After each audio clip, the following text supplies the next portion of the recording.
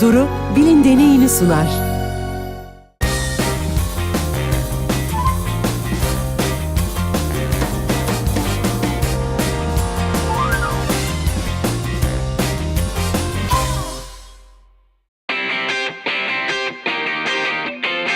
Rahmi Koç Müzesi'ndeki gizem nasıl çözüldü? Siyah ışık görünmeyenleri nasıl aydınlattı? Ünlü dedektif Sherlock Holmes gizemli olayları nasıl çözerdi? Ünlü oyuncu Özgür Ozan'la namı diğer Komiser Hüsnü ile keyifli bir sohbet ve çocuklarla deney. Hepsi birazdan Bilin Deneyinde. Bilin Deneyi'nden herkese merhaba, ben Asude. Ben de Cihan. Bu hafta yine çok ilginç bir konumuz var ve sıra dışı konuklarımız bizlerle olacak. Ama başlamadan, Asude, eskiden hiç macera kitapları okur muydun? Macera derken mesela Agatha Christie'nin kitaplarına bayılıyordum. Bir gecede soluksuz okuduğum olmuştur. Ben de Sherlock Holmes karakterini çok seviyordum. Çünkü böyle gördüğü şeyle yetinmiyordu. Oradaki küçük böyle ipuçlarından görünenin arkasındakini aydınlatmaya çalışıyordu. Hep bir okuma yapıyordu. O yüzden çok seviyordum. Aslında bilimle dedektiflik hikayelerinde ortak şöyle bir noktası var. İkisi de insandaki merak duygusunu harekete geçiriyor. Ama bana bunları soruyorsan anlıyorum ki bu hafta böyle gizemli olaylar bizi bekliyor. Aynen öyle. Gizemli olayları nasıl çözebiliriz? Birlikte keşfedeceğiz aslında. Heyecan dorukta. Evet. Hazırsanız Bilin Deneyin başlıyor. Rahmi Koç Müzesi'ndeki gizem nasıl çözüldü? Siyah ışık görünmeyenleri nasıl aydınlattı? Ünlü dedektif Sherlock Holmes gizemli olayları nasıl çözerdi? Ünlü oyuncu Özgür Ozan'la namı diğer Komiser Hüsnü ile keyifli bir sohbet ve çocuklarla deney. Hepsi birazdan Bilin Deneyinde. Ya Cihan, bütün müzede Casper'ı arıyorum, kaybettim, bulamıyorum. Casper. Neredesin? Ya Cihan, arkadaşlar. Abi hoş geldiniz ya. Vallahi tam doğru Hayırdır zamanda oğlum, geldiniz. ne arıyorsunuz?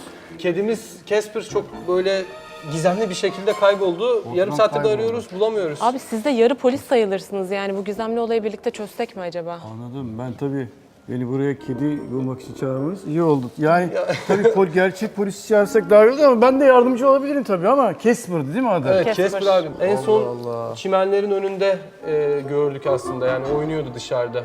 Bir o zaman en son görüldüğü yerden başlayalım. Olur. Sonra içeri doğru yavaş yavaş Arayarak yapalım. gideriz abi. Tabii siz Olay benden yerini daha iyi inceleyelim. biliyorsunuz orayı. Şöyle Bir olay gidelim. yerine bakalım. Şurada Casper'ın ayak izleri şuraya kadar geliyor. Burada kayboluyor. Evet. Sonra Ve ne sonra oluyor? bir insan ayak izi olarak devam ediyor. Aa evet, burada ayak izleri var. Yani izler buraya kadar geliyor. Evet. Ya Casper neredesin be oğlum? Burada bir kazak unutulmuş. Evet. Ah, ayakkabılar. Şimdi Abi yıkanmış gibi görünüyor. yıkanmış, temizlenmiş. Bu da öyle. Elimizi sürmeyelim. Ben dur. Bizim olay yeri incelemeden Ali var. Olayı incelemeden. Sürekli sakız. Şimdi gelince görürsünüz. Alo Ali. Ya çok acil ihtiyacımız var sana. Şu black light'ı, siyah ışığı al gel. Olay yeri incelemeden Ali Hızır gibi yetişiyor. Hah! Ali geldi. Ali gel şöyle yanıma. Bu ışık siyah ışık olduğu için bazı şeylerin, maddelerin yansımasını ve hemen ortaya çıkmasını sağlıyor. Şimdi bu kazakta yıkanmış olabilir buraya bırakıldığına göre. Ayakkabı da ıslak. Nasıl anlayacağız? Nasıl anlayacağız? Şimdi bunun üzerine tuttuğumuz zaman eğer üzerinde deterjan var ise, Deterjan kalıntısı. evet deterjan kalıntısı var ise, deterjanda ne vardır? Beyazlatıcı vardır. leke çıkarıcı. Leke çıkartıcı, beyazlatıcı ve en önemlisi ışığı yansıtan Fosfor. fosfor vardır. Eğer içinde fosfor varsa ve deterjanla yıkanmışsa bu ışık sayesinde bunu göreceğiz şimdi. Aa, Evet gördünüz mü daha şimdiden ele vermeye başladı kendini. kol bölgesinde. Bak, kollarında var, Göğsünde var. göğsünde var, burada var. Çok ilginç. Şunu da göstereyim ben size. Ayakkabıda da mı? Muhtemelen Oo. bunda da var. Bakın Alt Alt tarafı tarafı nasıl parlıyor. parlıyor? tarafı parlıyor. Gördüğünüz gibi demek ki bu ayakkabı yıkanmış. Bu da daha önce yıkanmış ama neden yıkanmaya gerek duymuşlar? Değil Yani, mi? Evet. Sanki kucağında bir şey taşıyormuş gibi geldi bana. Bizim Casper da hiç kucağa gelmez. Kucağa gelmez Kokuysuzdur mi? abi. Yani hani tırmalamaya başlar hemen. O zaman büyük da ihtimal. belki vücudunda herhangi bir yerinde bir yaralanma izi olabilir. Yaralanma izi sonucu ne olabilir? Kan. Kan. akmış olabilir. O yüzden buralarda bir yerde bir kan izine Yani çamaşırları yıkadıysa belki tuvalette olabilir. Burada 3 Çamaşırın tane nerede? tuvalet var. lavabolar burada. Burada. Ne arıyoruz biz? Kanda olan ve bu işi parlatacağı şeyler neler var kanda? Bir, kalsiyum var, kalsiyum fosfat var. Yani kalsiyum fosfat da bu ışıkta parlar. Ne yapıyoruz? Baktığımız zaman parlamadığını görüyoruz. Herhangi bir kan izine rastlamadığımız anlamına geliyor bu da. Evet. Şimdi diğer kapı koluna bakalım. Burada bir şey bakın. Gelin bakın arkadaşlar. Kapı koluna Parıl parıl parıldırıyor. parıl parıl. Cihan bir kontrol et bakalım içeriği. Hemen Temiz bakayım mi? abi. Tamamdır. Biz girmeyelim. Tamamdır. Ben zaten cesaret edemem. Cihan! Bakıyorum komiserim.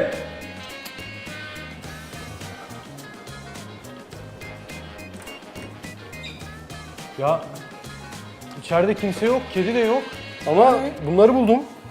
Cihan şaka değil yalnız para Zengin mi bunlar. olduk acaba? Evet. Kimin parası bunlar ya? Kaç lira var burada? Abi bir dakika dur. Şu ışığa tutalım bunu. Şunu tut bakayım. Yok hiçbir şey. Sahte mi oluyor? Sahte. Bu para sahte çünkü neden? Bir dakika. Gerçeğiyle. Gerçeğiyle karşılaştırarak gösterelim. Bakın. Heh.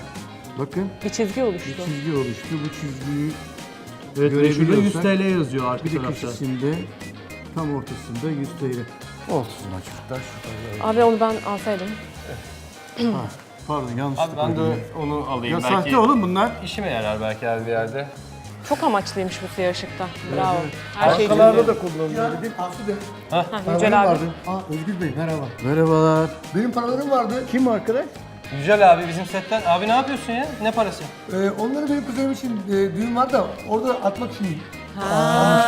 Sahte paralar mı atacaksın düğünde? Evet. Abi korkuttun bizi. Ya kusura bakmayın. O zaman biz böyle havaya atalım mı bunu? Ne yapalım? Atalım toplarız tekrar. Böyle atacaksın yani. Abi asıl kedi nerede? Kedi biz onu arıyoruz. Casper Casper. mı? Evet. Dışarıda oynuyordu. Ben de içeri kucağıma aldım yemek yemesi için. Şuraya koydum şimdi yemek yiyor. Bu arada elimi tıbakırız yaramaz. Gizem çözüldü. Yücel abi paralarına kavuştuğuna göre, biz de kediyi bulduğumuza göre artık isterseniz sohbete geçebiliriz abi. Ama öncesinde bu çok amaçlı siyah ışığın arkasındaki bir bilime göz atalım. Sonra Özgür abiyle sohbete devam edelim.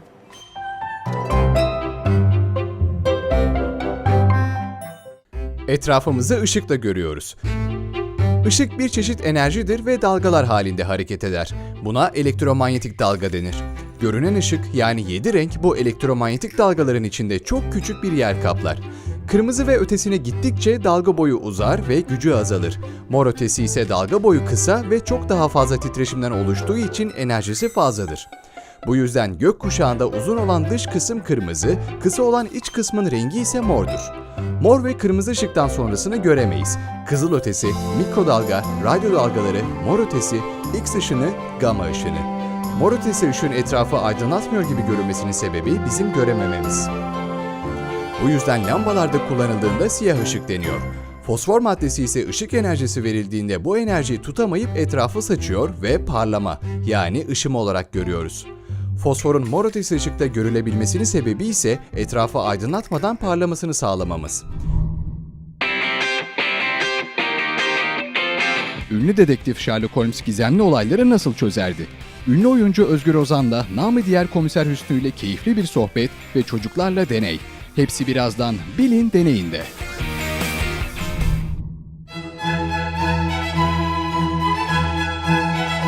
Özgür Ozan Bolu'da doğdu. İlk orta ve liseyi Ankara Cumhuriyet Lisesi'nde okudu. Lise yıllarında en çok kimya dersini sevdi. Deneyler hep ilgisini çekti. Ardından 9 Eylül Üniversitesi Güzel Sanatlar Fakültesi Oyunculuk bölümünü bitirdi. İzmir Devlet Tiyatrosu, İzmir Çocuk Tiyatrosu ve Uluslararası Tiyatro Topluluğu'nda çeşitli oyunlarda rol aldı. Pek çok dizide oynadı. Bugünlerde Arka Sokaklar dizisinde Komiser Hüsnü karakterini canlandırıyor.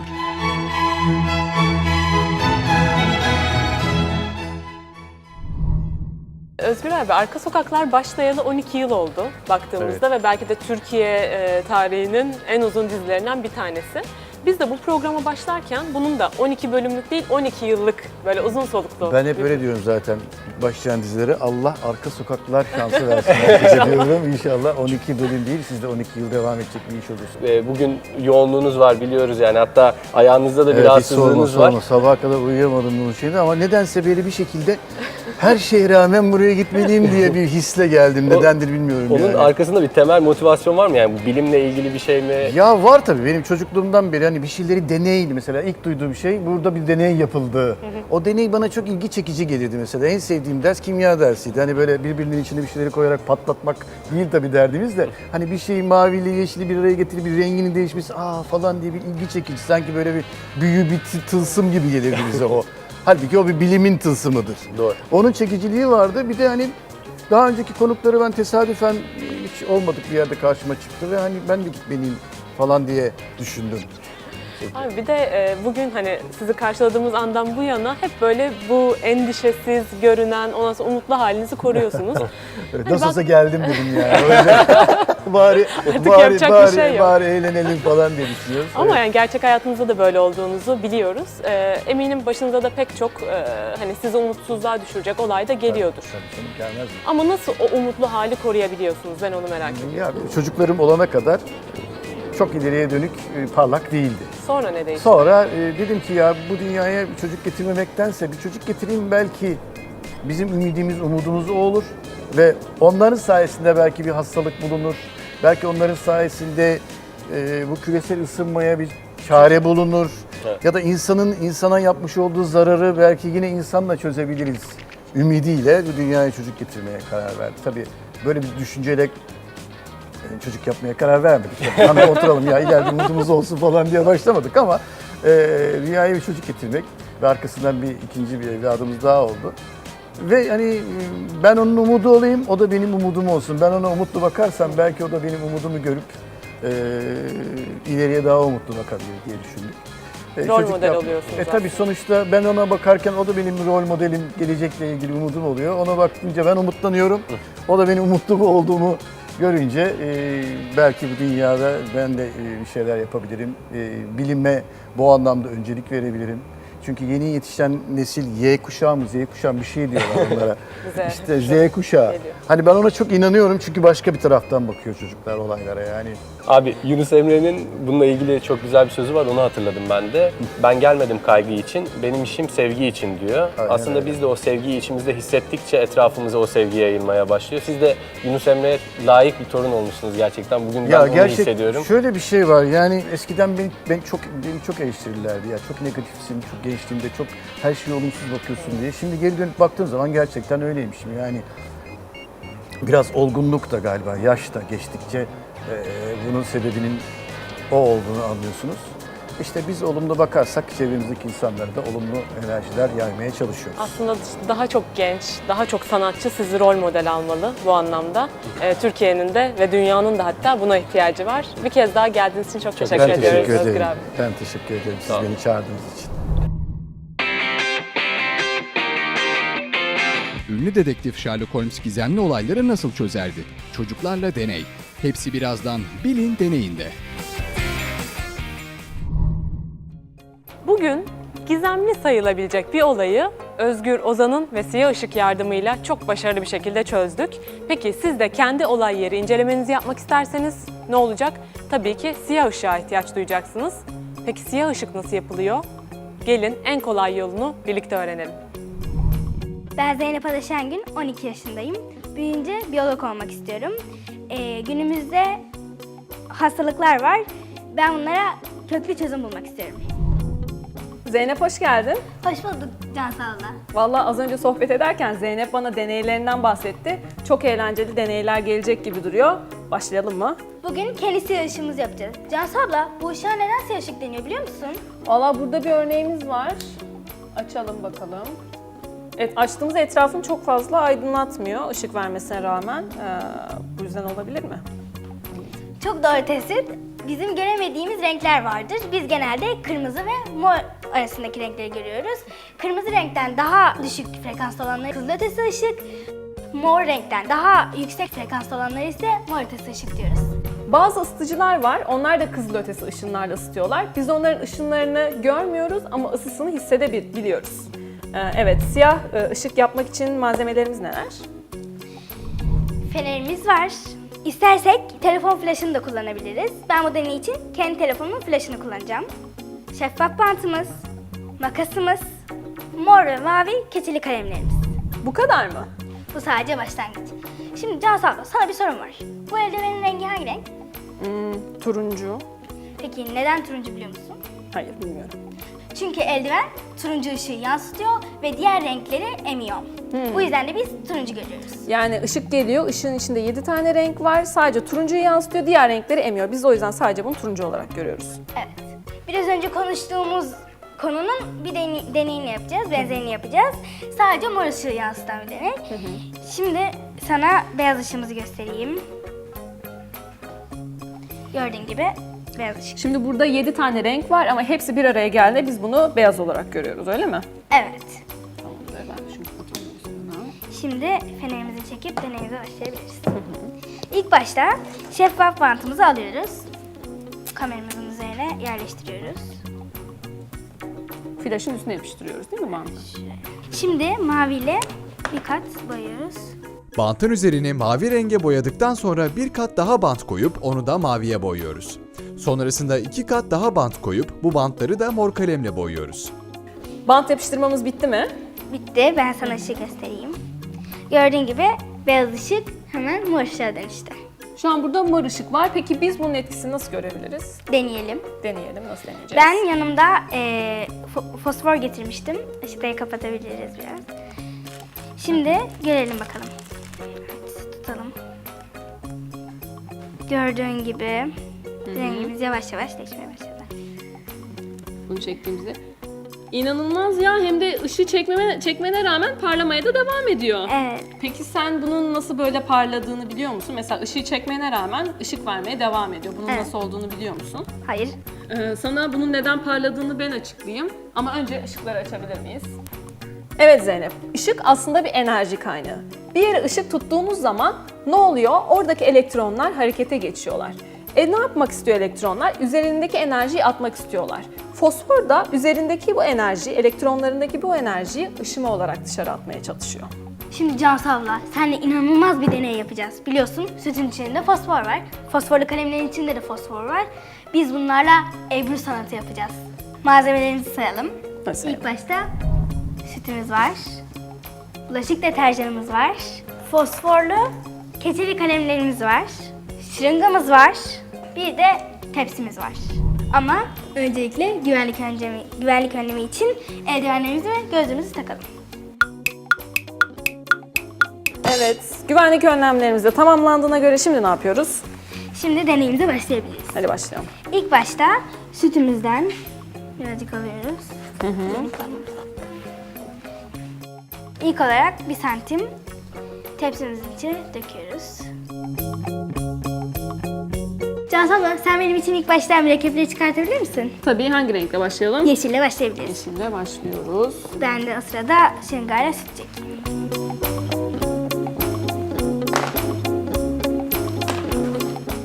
Evet, hazır mı? Ben de Hazır. mürekkebi çıkardım. Tamamdır. Takalım. Tamam. Bastırmaya başlıyoruz. Tamam. Hop. Değiştirelim yerimizi. Vallahi çok acayip renkler çıkıyor ama. Evet. Bakalım başka renkler eklediğimizde ne olacak? Bu arada siz istediğiniz renkleri yapabilirsiniz. Hatta lütfen videolarını çekin ve bize gönderin. Tamam. Bence bu kadar yeterli. Başka renge geçebiliriz. Sütün üzerinde çok güzel görseller oluşuyor. Siz de istediğiniz renkleri kullanın, geleceğin Ebru sanatını deneyin. Acayip bir sanat eseri ortaya çıktı. Siyah ışıkta nasıl bir şey çıkacak merakla bekliyorum. Bence de ışıkları kapatabiliriz o zaman. O zaman siyah ışıkla devam edebiliriz. Tamam, ben ışığımızı şöyle alıyorum daha yakından görebilmek için. Hazır mısın? Evet. Şimdi, Wow, yok artık Çok Zeynep. Bu değişik. şahane bir şey oldu ya. evet. Zeynep, bence şahane bir deney oldu. Galiba Bence de. geleceğin Ebru'su bu şekilde bir şey olacak. Bir önceki deneyimizde de gördüğümüz gibi ne oluyor? Mor ötesi ışıktan aldığı enerjiyi ışıma olarak dışarı yansıtıyor. Bence harika bir deney Bence oldu. de. O zaman bilin deneyin. Devam ediyor. Hepimiz Sherlock Holmes'u biliyoruz. Karma karışık görünen olayları nasıl kolaylaştırdığını ve hızlı bir şekilde çözdüğünü görüyoruz aslında. Sherlock Holmes gerçek olmayan bir karakter ama gerçek bir insandan ilham alarak ortaya çıkarılmış. Gelin hep birlikte Sherlock Holmes'un ortaya çıkma hikayesini öğrenelim. Ask for it.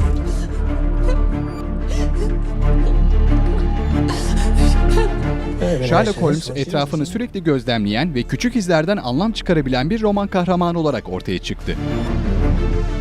Sherlock Holmes'un yaratıcısı Conan Doyle tıp öğrencisiydi ve Dr. Joseph Bell'in yanında asistan olarak çalışıyordu. Dr. Joseph Bell'in gözlemleme ve çıkarım yapma kabiliyeti çok gelişmişti. Bir gün hastaneye gelen bir hastasına hiç soru sormadan öğrencilerin önünde hastanın asker olduğunu, ordudan yakın zamanda ayrıldığını, çavuş olarak hizmet verdiğini ve Barbados'ta görevli olduğunu doğru bir şekilde tahmin etti. Sherlock Holmes de en yakın dostu ve asistanı olan Dr. John Watson'ın tanışma hikayesinde bu anı kullanılmıştır. Dr. Joseph Bell, tıp eğitiminin en önemli noktasının doğru teşhis koyabilmek olduğunu düşünürmüş ve bunun için öğrencilerine küçük detayların büyük resmi nasıl etkilediğini öğretmeyi bir öncelik olarak belirlemiş. Ve onlara bilim insanı olabilmek için gerekli en önemli kabiliyetlerden biri olan sistemli bir şekilde gözlem yapabilmeyi öğretmiş. Conan Doyle, mentoru Joseph Bell'in gözlemleme kabiliyetine tanık olmuş, ondan öğrenmiş ve sonunda Sherlock Holmes karakteriyle ortaya çıkmış.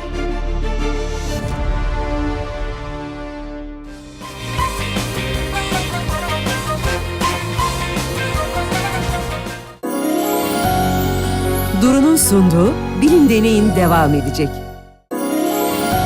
Duru'nun sunduğu Bilim Deney'in devam ediyor.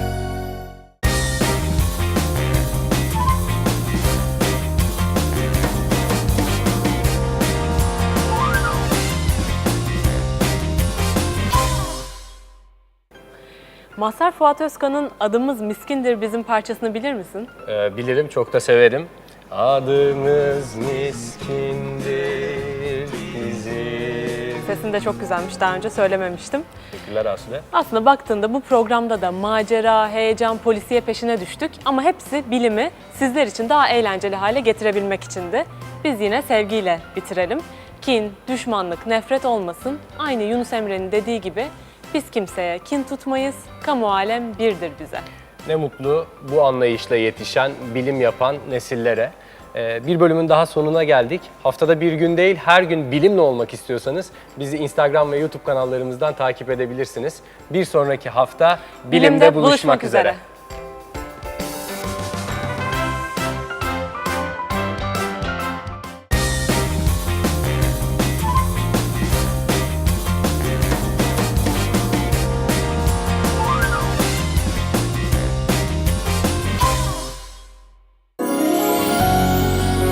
Duru Bilim Deney'ini sundu.